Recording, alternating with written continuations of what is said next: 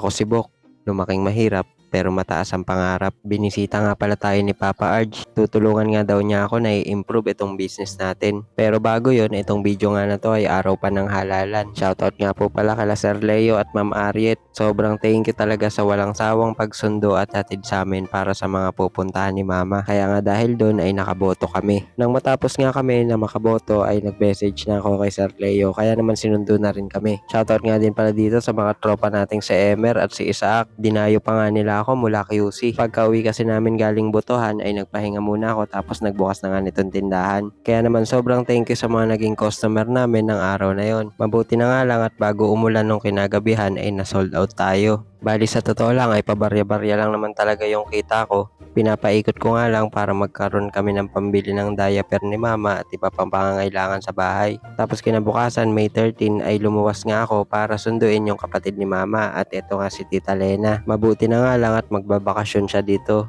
Para kahit papano ay medyo may makatuwang ako. Ginabi na nga kami ng uwi at sobrang tuwa nga ni Mama nang magkita na sila. Tapos kahapon May 14, eto at binisita na tayo ni Papa Arj. Sobrang quality nga at talagang ang sasarap ng mga pagkain nila. Eto nga pala yung FB page nila para na rin mabisita nyo. Nagpa-deliver pa nga si Papa Arj ng pagkain para sa amin, para kay Mama. Kaya naman masasabi ko na sobrang quality talaga yung lasa ng pagkain nila. Sobrang bait at napakagaan nga din kausap ni Papa Arj. Yung tipong kapag nagkwento kayo ay parang tropa lang talaga. At ayun nga, tutulungan nga daw ako ni Papa Arj na ma-improve itong tindahan ko. Abangan nyo nga rin pala na magre-release ang Sarap No Cup ng bagong product na sila Papa Arj mismo yung may gawa. Bali ang plano nga ay itong gate ay pipinturahan. Kulay puti nga yung mga border niya tapos kulay dilaw naman yung mismong gitna. Pagkatapos eto namang sahig ay kung hindi daw sementohan lalagyan ng artificial grass. Titignan nga kung alin yung pasok sa budget. Tapos ay aayusin niya rin yung costing ng mga tinda ko. Bibigyan niya din pala ako ng lamesa para dito.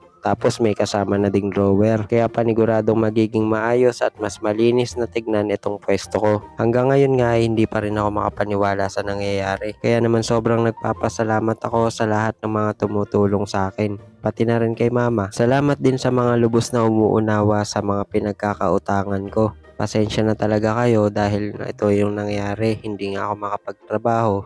Kaya hindi makapagbayad ng buo. Pero araw-araw ay pinipilit ko namang sipagan para makaipon, para makatapos sa mga obligasyon. Pero ngayon ay unti-unti ko nang nararamdaman na parang natutupad na yung mga pangarap ko. Kagaya nung dito sa tindahan, tutulungan tayo ni Papa Arj na mapaganda yung setup nito. Na dati pangarap ko lang din magkaroon ng tent pero meron na ngayon. Ito na lang din kasi yung nakikita kong paraan para kumita at makasurvive sa araw-araw gawa nung hindi na nga ako makapagtrabaho dahil sa na-stroke si Mama. Kaya naman maraming salamat po talaga ulit sa lahat na nagmamahal at sumusuporta. O paano, hanggang dito na lang muna ulit itong video natin na to. Update ko na lang po kayo ulit kung ano na magiging itsura nitong tindahan ko.